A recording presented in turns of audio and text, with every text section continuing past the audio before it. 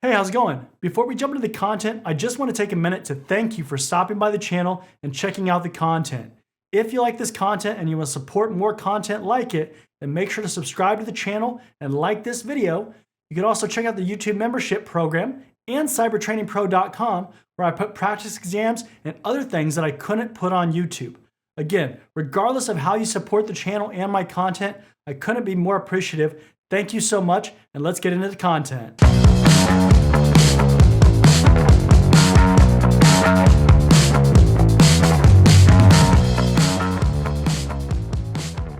When it comes down to it, cybersecurity is all about identifying and managing risk. What's risk? I'm glad you asked. Risk is the likelihood that a threat will exploit a vulnerability and cause a negative impact to an organization. Vulnerabilities are a weakness like a bug, a flaw, or a lack of security control. Threats are a potential danger that could exploit or take advantage of a vulnerability. Let's use the example of unpatched software. The vulnerability is whatever the security risks are with that old version of software. The threat is a malicious attacker that can take advantage of that old version's vulnerability. As a reminder, this is all about likelihood. So if the vulnerable system isn't connected to the internet and the vulnerability requires remote access, then the likelihood is extremely low for the attacker to be successful, and therefore the risk is fairly low. Keep in mind that internet-connected systems dramatically increase potential risk for a lot of reasons, but one of the biggest reasons is that an attacker doesn't have to physically be present to exploit the vulnerability. When it comes to risk, you might hear somebody say that the only way to eliminate risk is to turn off the computer and lock it away. Well, that's because if systems are operating, we can't mitigate all the risks, but it's all about bringing the risk down to an acceptable level with the security that we implement. It's also important to mention that if a threat or a vulnerability doesn't exist, then there's no matching risk. You have to have both for there to be risk. Let's talk about specific types of risks, and then we'll go a little bit deeper on threats and vulnerabilities. Some of the most common risk types or categories that exist are internal, which is anything from inside an organization, like employees or software and hardware. Risk can be external, which is anything outside the organization. This includes external attackers and natural disasters. IP theft refers to intellectual property, so things like copyrights, patents, trademarks, and trade secrets. This stuff is really important to your business, and it's what makes your business unique. Another risk is software compliance or software licensing. If you either misuse software per the license agreement, or if you don't track how many licenses are being used, this is a risk. Legacy systems and legacy platforms are basically systems and platforms that the vendor no longer supports. For example, like Windows XP. Over time, these systems continue to have vulnerabilities discovered without any patches to mitigate the vulnerabilities. And multi-party or third-party, where your organization contracts with an outside organization for a good or a service. If that third party gets attacked or compromised, it may have an impact on your organization, whether that's because of compromised code or some other issue. We know that a threat is a potential danger, but to go further, it's any circumstance or event that can compromise the confidentiality, integrity, or availability of data or a system. Some common types of threats include malicious human threats, are the attackers that we hear about in the news breaking into systems and causing all kinds of harm. We can have accidental human threats, which are authorized employees that accidentally type the wrong command in, or they unintentionally crash the system. We can also have environmental threats like hurricanes, tornadoes, floods, snow, earthquakes, and anything like that. One of the most useful things that we can do when it comes to threats is a threat assessment to help us identify and categorize all potential threats. In this assessment, we identify the likelihood of a threat and the impact that it would cause if that threat's successful. Vulnerabilities, again, are a flaw or weakness in software, hardware, or a process that a threat could exploit and results in a security breach. Some common vulnerabilities include default configurations. These are extremely dangerous because a lot of systems come with default credentials like a username of admin and a password of admin that an attacker can easily find and use to log in. Lack of malware protection or lack of updated definitions. Of course, if we don't have antivirus or anti-malware protection, then we're at a high risk, but these protections are only as good as their latest updates. Improper or weak patch management. As systems or software exist over time, there are patches and updates that are released to fix security issues. If we don't update these systems, then we're increasing our likelihood of a successful attack. Lack of firewalls. It seems like common sense to implement these, but we need both network-based and host-based firewalls to help prevent attacks and malicious traffic. And lack of organization policies is a serious risk because they don't hold employees accountable. Things like job rotation, mandatory vacations, and least privilege are crucial security policies that have to be implemented so that employees know what's acceptable and what they can be held accountable for if they perform malicious acts. Risk management is the practice of identifying, monitoring, and limiting risks to a manageable level. Remember when I said that we can't eliminate all risk? Well, risk management is a way that we can minimize the risk that exists based on how we handle that risk, and then we monitor it over time. Some common terms for risk management include risk awareness. This is us acknowledging that risks exist and that we have to address them. If we don't get senior level support for risks, then we won't have the resources necessary to effectively manage those risks. Inherent risk. This is the risk that exists without any controls in place. Residual risk is the risk that remains after controls are implemented. This level should always be either at or less than what the organization sees as an acceptable level. Control risk is the risk that exists if in-place controls don't adequately manage risk. For example, if our patch management process isn't always a reliable system and we need additional controls to make up for this. And risk appetite is the amount of risk that an organization is willing to accept. The risk appetite level can vary based on the business, the industry, and the management team. After we have risk identified and categorized, we eventually have to make a decision or pick a strategy on how we handle the risk. Some common risk management decisions include avoidance, meaning that we simply choose to not do whichever activity or provide a service that introduces risk. We avoid the risk altogether. Mitigation is when we put controls in place like security software to reduce either vulnerabilities or the impact of the threat. Acceptance happens when the cost for control exceeds the risk. For example, if security software to secure a system costs $100,000, but the system is only worth $2,000, then it doesn't make sense to implement that control, and we accept the risk as it is. Transference is where we transfer the risk to another entity, either partially or entirely. Cybersecurity insurance is a good example that's becoming more popular today. Risk assessments quantify or qualify risks based on different values or judgments. The idea is to make educated decisions about how to handle the risk. The process works like this. First, we start by identifying assets and asset values. This means systems, resources, or processes that have value. Next, we identify threats and vulnerabilities and determine the likelihood of a threat exploiting a vulnerability. From there, we need to prioritize risks based on likelihood of occurrence and impact. And then finally, we provide recommendations on what controls to implement to mitigate risk. This can include risk control assessments to examine how effective current controls are from a third party, or risk control self-assessments performed by internal employees.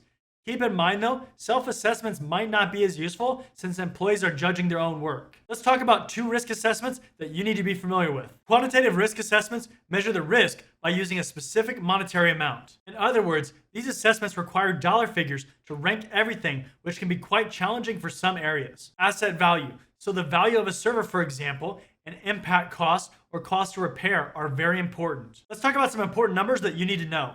First of all, single loss expectancy, or SLE, is the cost of any single loss. For example, if our website server costs us $1,000, then our SLE, if that goes down, is $1,000. The annual rate of occurrence, or the ARO, is how many times in a single year that loss is going to happen. This can be a number, or if it's less than 1, it'll be a percentage. Let's say our ARO is 50% because it's going to happen once every other year. Annual loss expectancy, or ALE, is our SLE times our ARO, so in this case, it would be 1,000 times 50%, which means our ALE is $500. If the control that we want to implement is less than the ALE, then we should implement the control because it's going to save us money. Sometimes you might not know one of these numbers, but you can use some math to figure them out. And you can see on the screen here, I've included the math to make things easy, and I would highly recommend that you memorize these. Qualitative risk assessments use judgment to categorize risks based on the likelihood of occurrence and the impact. Obviously, this means that the more experienced the assessor, the more accurate it should be, or at least we hope so. We can also use surveys and ask groups of people for their judgment experience. We typically see risks assigned a value of low, medium, or high for both likelihood and impact,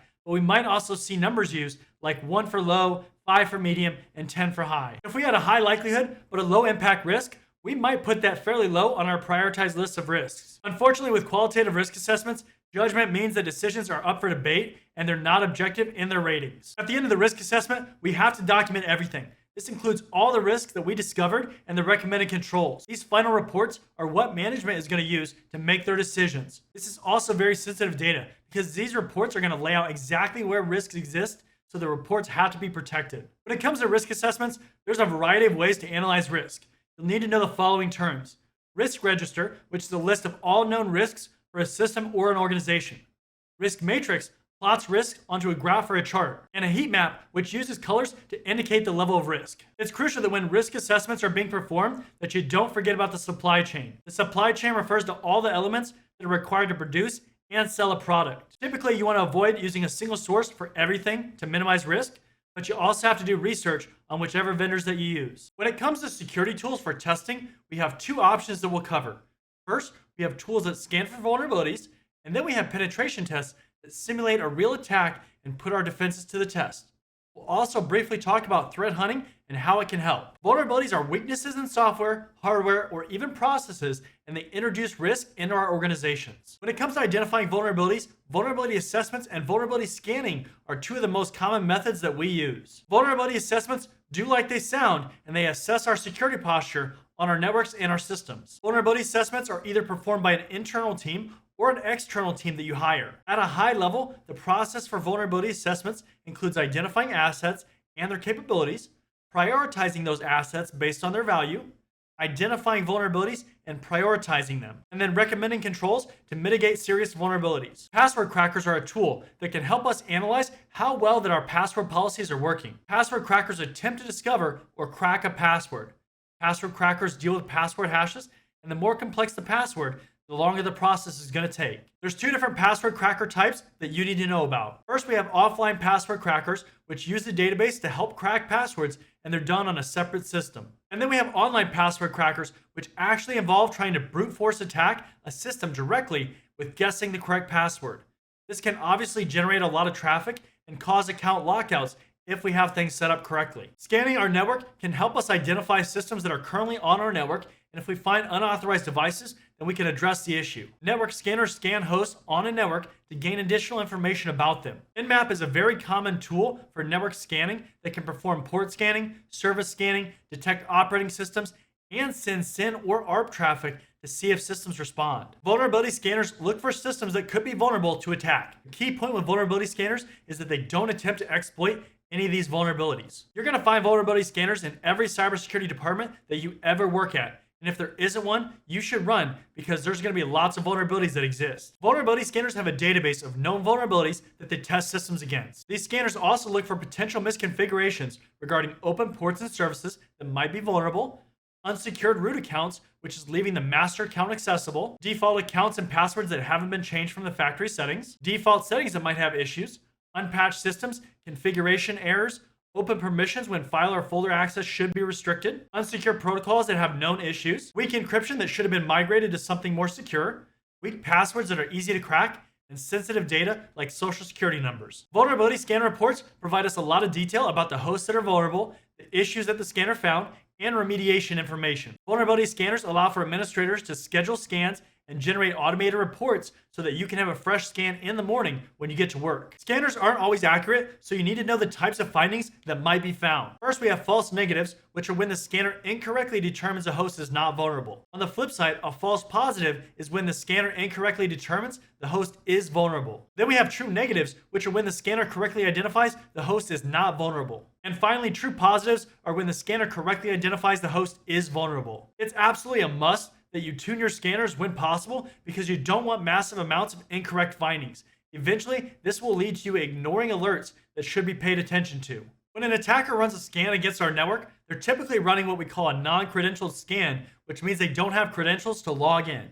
Typically, these scans don't reveal as much information as if the attacker had access credentials. We then have credentialed scans, which means it uses valid credentials and can see a lot more, especially when the credentials have admin rights. Many vulnerability scanners have the ability to check system configurations compared to a provided file identifying proper configurations. Penetration testing actively assesses deployed security controls within a system or a network. The big difference between vulnerability assessments and penetration tests is that penetration tests attempt to actively exploit vulnerabilities to see how far the testers can get in our network. Rules of engagement are basically the boundaries of a test that identify what's in scope.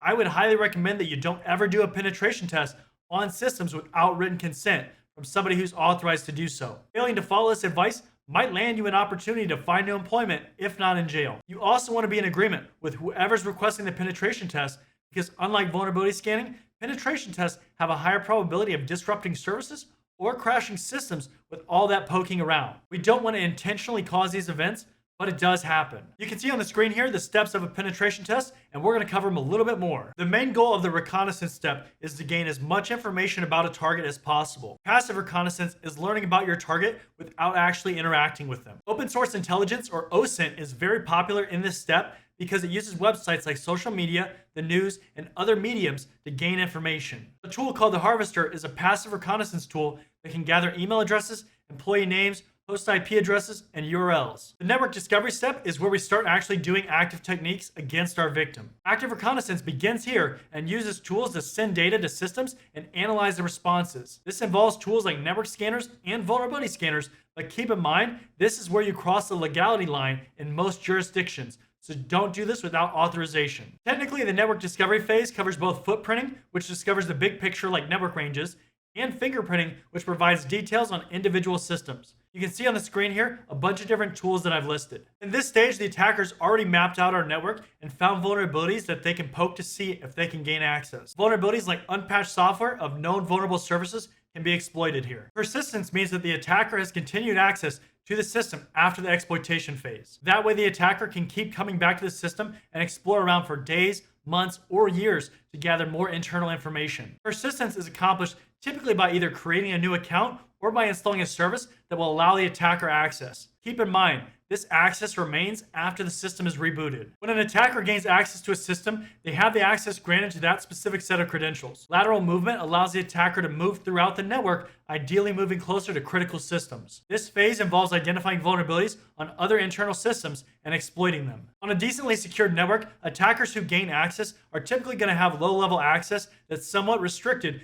due to the concept of least privilege. Privilege escalation is a strategy where an attacker takes advantage of weak configurations, software vulnerabilities, or to exploit human behavior in order to elevate their privileges to a higher level. This can be as simple as modifying a scheduled script or even just sending a malicious email to an administrator. Pivoting is similar to lateral movement, but it also allows the attacker to move into different parts of our network. These are usually more protected areas like administrator networks that have higher privileges and more sensitive data. Cleanup removes all traces of the penetration test. This means any new accounts, files, and scripts are removed, as well as configurations are set back to the way they were before the test. It's crucial that detailed notes are taken during the penetration test so that it's easy to undo anything.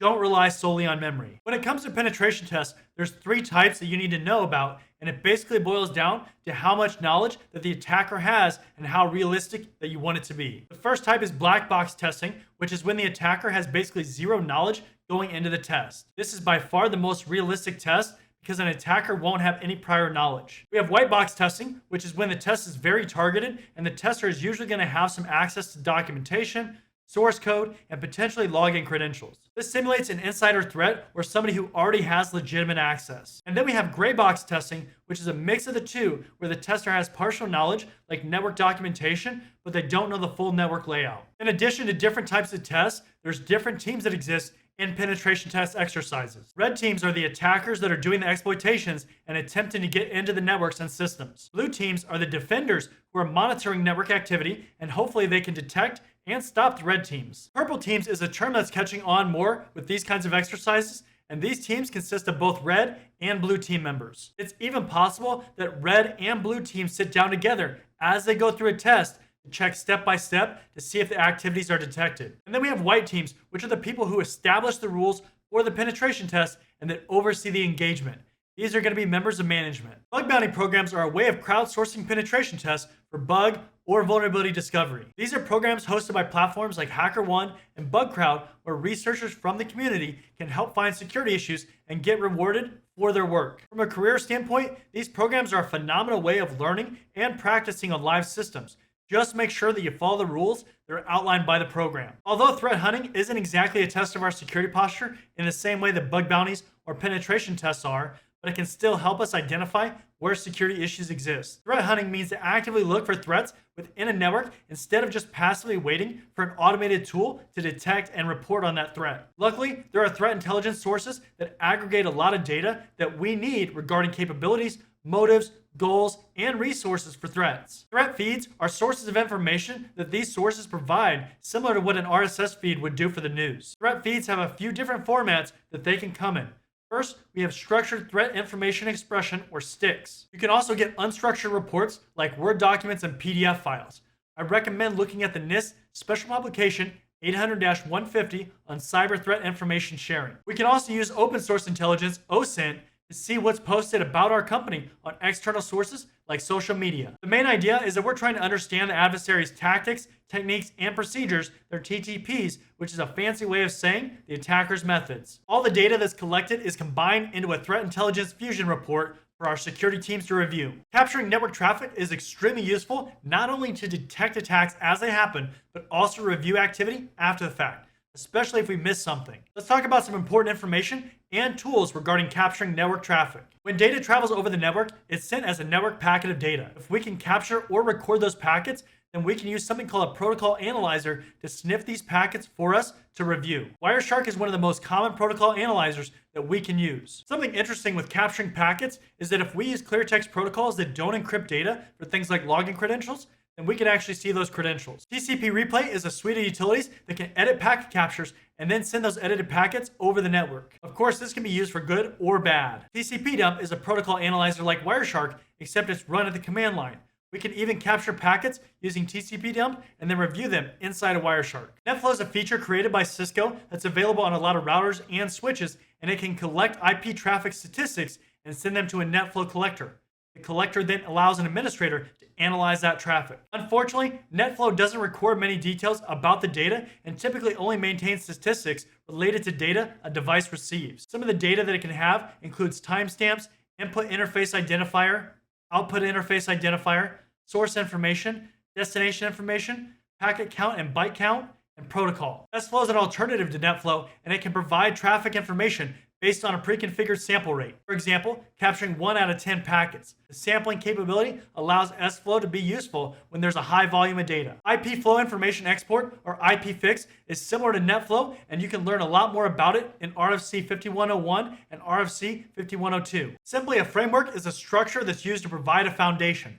In cybersecurity, we use frameworks to help us formulate our program implementations effectively. Depending on the specific framework that you're using, it might only apply to a specific industry or activity. Now, before you freak out, you aren't going to have to know these frameworks at a deep level for the Security Plus exam. You'll want to know from a high level what these are, and we'll cover that. And then if you're still hungry for more knowledge about them, I encourage you to research the frameworks. One of the organizations that you'll want to become familiar with is the International Organization for Standardization, or ISO, because they publish several options that you might need to implement. ISO 27001 is the Information Security Management, which provides requirements for an Information Security Management System, or an ISMS. ISO 27002 is Information Technology Security Techniques, and it complements ISO 27001 and provides organizations with best practice guidance. ISO 27701 is Privacy Information Management Systems, or PIMS, and this outlines a framework for managing and protecting personally identifiable information, or PII, and it's based on ISO 27001. Pay special attention to this if you need to be compliant with GDPR or the European Union General Data Protection Regulation. ISO 31000 is a family of standards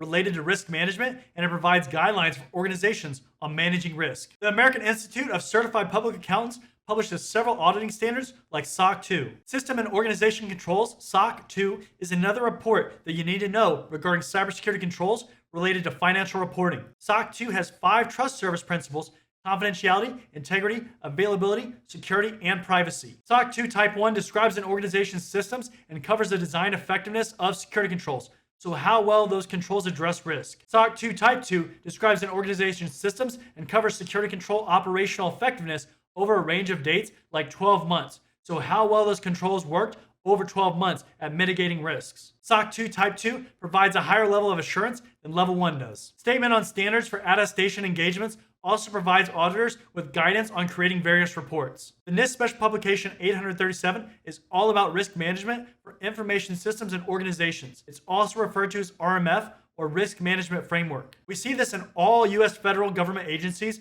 but a lot of private companies are going to implement RMF too because it's very comprehensive. The key steps of RMF are prepare. This is where key roles are identified, risk tolerance strategies are identified, risk assessments are created or updated, and a continuous monitoring strategy is created. We categorize information systems. This is where you determine the impact to operations and assets if there's a loss of confidentiality, integrity, and availability to them. Then the operations and assets are prioritized. From here, we select security controls. Controls are selected or tailored to protect operations and assets. Then we actually have to implement the security controls, which means we put them into place. Then assess security controls. Controls are assessed compared to desired outcomes. If they work appropriately, then all is good. Then authorize information systems. A senior management official determines if the system is authorized to operate. And finally, monitor security controls. There are ongoing checks to make sure that systems continue to be secure and changes are handled appropriately. Many private sector companies implement the NIST Cybersecurity Framework, or CSF, which aligns with RMF and has 3 components. Framework Core, which is a set of activities that an organization can select to achieve desired outcomes. There's 5 functions: identify, protect, detect, respond, and recover. Framework implementation tiers help an organization identify how it views risk. The tiers go from 1 to 4, with 4 being adaptive and the most mature. And then framework profiles provide a list of outcomes for an organization based on its needs and risk assessments. There are current profiles indicating current state and future profiles indicating desired state. Then the 2 are compared to identify gaps in any areas where progress needs to be made. Frameworks aren't just for the good guys, there's also exploitation frameworks. The Metasploit framework is a powerful tool that can be used to develop, test, and use exploit code. This is one of the favorite tools for a penetration tester because it's so powerful. You can find the Metasploit framework on the Kali Linux operating system. Beef is an open source web browser exploitation framework. It allows attackers to launch attacks from within an exploited web browser. And the Web Application Attack and Audit Framework is an open source framework that focuses on web application vulnerabilities. Developers can use this knowledge to analyze their own code. Outside of frameworks, we also have benchmarks and configuration guides that will identify secure configurations. These can be things like STIGs, CIS benchmarks, or vendor recommendations.